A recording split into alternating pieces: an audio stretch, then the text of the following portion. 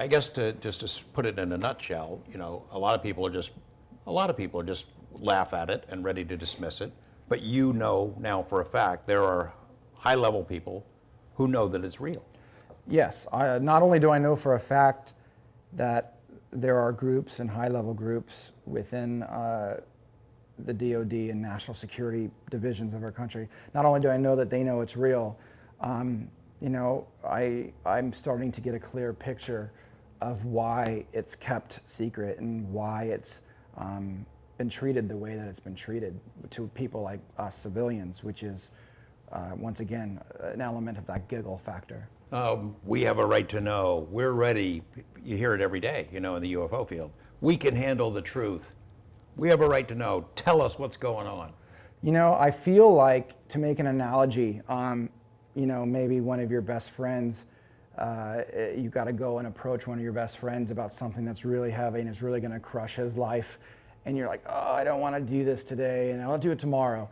And then you're like, oh, I don't want to call him up and do this, and I'll do it next week. You put it off because it's something's going to really hurt somebody, and it's just a big thing to jump into. And I feel like that's kind of what this topic is with civilians. I think they really want us to know. I really do think they do. I really do at this point feel like it's going to be a tough thing to swallow for people, and I think there's elements about it that people are not ready for. And my whole life, I had that very kind of, and I think you and I have talked about this, where I've had that kind of egocentric version of why they won't tell us stuff. They think they're more important than me, or they don't think I can handle it, or they're hiding breakthroughs from me for money. All these things are just ego. And I have never been so wrong. As I get into this stuff and I'm starting to learn the architecture of why and how and what, it's just not that at all. It may be the hardest thing to believe of all of it. You can believe in the others or aliens or something like that, but to believe that our government actually had a good reason for keeping this a secret is going to be tough for people to swallow. People, one of the ways I got the advisors in the first place is that I was very driven to change the cynical view people had of government. Everyone in my generation and younger, they would think Ed Snowden is a hero. They would, these guys are graduating as young adults from MIT, but they don't want to work for the government. They want to work for Elon Musk. They want to work for Facebook. The government's looked at as a big lying monster after its own reward. Once again, it's just not how it works. I was told something early on that every general you meet will be very smart, very thoughtful, and very professional. That is absolutely true. Every general that I've met, and I've met a lot of them, especially dealing with this, very smart and very thoughtful and very professional. I'm kind of going, well, you guys are portrayed in movies so different. It's just not the case. What I'm finding out is, with national security or global security, that dictates everything. And then the law of how to deal with it does dictate everything. They're not outbreak on the law like everyone just assumes. What they don't do is communicate the task that they're doing. So therefore, we're left to our own devices to define their reasons and to define what they're doing. It's just like politics. Whoever defines the other person first wins. So there's this big kind of, the zeitgeist of what we think about our government is just like, okay, they're after money or power, or they're just criminally insane. It's just not the case. The UFO issue is a big, somewhat scary issue, and they're dealing with it, and they're dealing with it hard, and they're not thinking about stopping to make sure our neighbors understand. It's just they don't have time for that.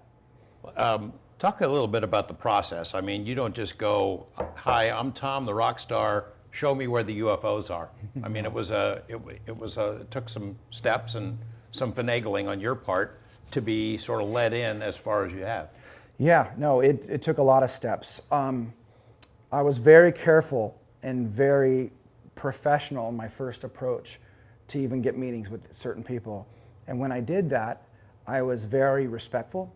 I tried to be as eloquent as I could in describing something that was very ambitious. And I would always give just enough to get another meeting. And when I would get that second meeting, I would present something a step further. The thing that really got me going was, so we have 3 Secret Machines novels we're putting out that contain information that's real. I should also throw out that a lot of people will find some of this information that's already been out there, but nobody knows what's real or not. This is about defining truth. These are true things that I'm putting in here. So it's not that all of them have never been released, but you can go on and do all the research you want and find 10 different answers for what UFOs are. Well, I'm giving you the one that is the truth, So in any case, so to do that, we have the 3 novels, and then we have 3 nonfiction books that come out in between. And those nonfiction books describe the overall, the overall phenomenology of what this is, the study of all of it.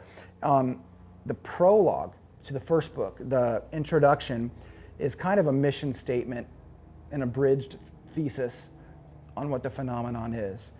So when I worked my way to meeting these guys and got far enough to have a second meeting, I would throw that on the desk and say, please read this, sir. and I would call them by their rank. I don't, they're always kind enough to say, oh, you can call me X or Y, just their first name. And no, I'll call you by your rank, and I'll be very respectful. And I'll give them that prologue, and that's when it started. So the first time I put that down, I thought I went too far. I thought I shouldn't have done that, because I know that this is national security. It's like, I tell people, it's like, imagine in World War II, you go and sit with somebody and you say, hey, about that nuclear weapon that you're building, hey, I want to talk to you about that. And they would say, like, the president doesn't even know about that, get the hell out of here, it would be a big deal. And that's kind of how this issue is. So I thought I went too far. So 2 weeks went by and I didn't hear anything, and I was like, oh my God, I shouldn't have done that. I shouldn't have just blatantly put out all this stuff about UFOs to somebody on the inside. Well, all of a sudden I get pinged to show up next to the Pentagon at a certain day, at a certain time. I was going to be meeting somebody that's very deeply involved in this stuff. And that was the beginning of the great adventure.